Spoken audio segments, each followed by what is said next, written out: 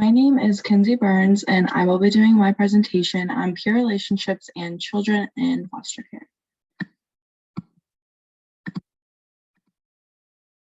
My specific topic of interest was how does the quality of peer relationships impact children who grow up in foster care? And my relation to the chapter is how are sibling and peer relationships affecting children in the foster system? The article was titled Peer Relationships of Foster Children, Developmental and Mental Health Service Implications by Joseph M. Price and Valerie Brew. It was published in 1998 from the Journal of Applied Developmental Psychology. The goal of this study was to summarize previous research and understand how peer relationships of foster children affect their developmental and mental health. The reason that this study was so important is because the quality of peer relationships foster children have heavily influenced their social, emotional, and mental development, as well as their mental health. In order for these children to be given the best possible chances at success in life, they must have positive relationships in their life, which will help them to improve the quality of their mental health. If foster children are not placed in fitting homes, their relationships with peers will suffer, thus leading to a plethora of mental health and developmental issues. It is crucial that foster children are placed in an environment where their relationships can thrive and push them to be better and more successful individuals rather than hinder them from progress. A quote from the study was that problematic relationships are related to a variety of adjustment and mental health problems. So in order to learn how to best help these children and find the best home for them, it's really important that we do studies on these topics.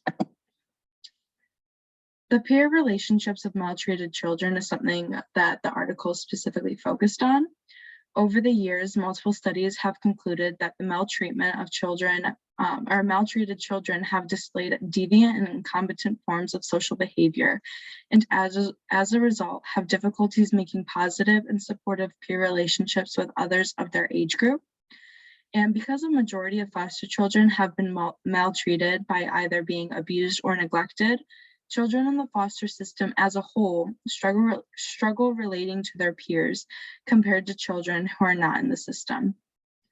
Because foster kids are put at a disadvantage because of their experiences are unique, they need more help and attention from mental health professionals as well as their foster parents.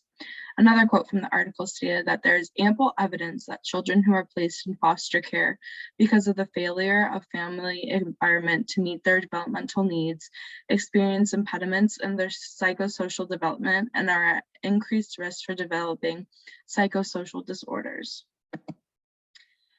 According to the American Society for the Positive Care of Children, in 2020 alone, it was found that 90.6% of victims were maltreated by one or more parents.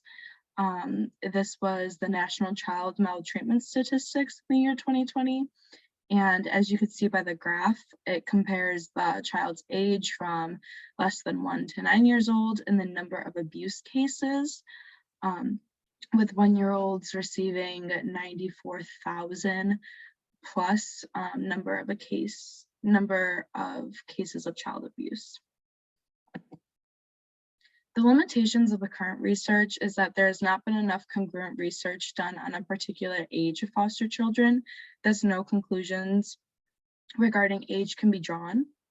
Results from studies of foster children cannot be generalized. Many current studies lack proper methodological practices, such as comparison groups, and most results that have been drawn from research are correlational in nature and therefore lack empirical data. Conclusions that were drawn from this study were that due to many foster children being maltreated, they demonstrate social behaviors that undermine the developmental and positive peer relationships. Research has also shown that their inability to create these positive and supportive relationships is due to the maltreatment they have endured. It was also found that the most of the relationships foster children had consisted of relationships with others inside their foster home. So this supports the theory that these children struggle to make positive relationships with peers their age outside of the home.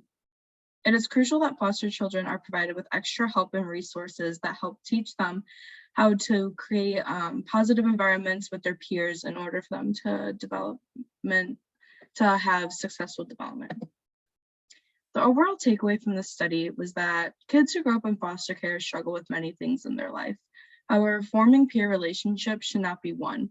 It has been proven from multiple studies that having positive and secure relationships helps a child's social, mental, and emotional development, as well as it improves the quality of their mental health. Mental health service implications have since been added to placement implications for children. When placing a child in a home, they ensure that the home is a right fit for both the foster family and the child so that positive relationships can form. Thank you.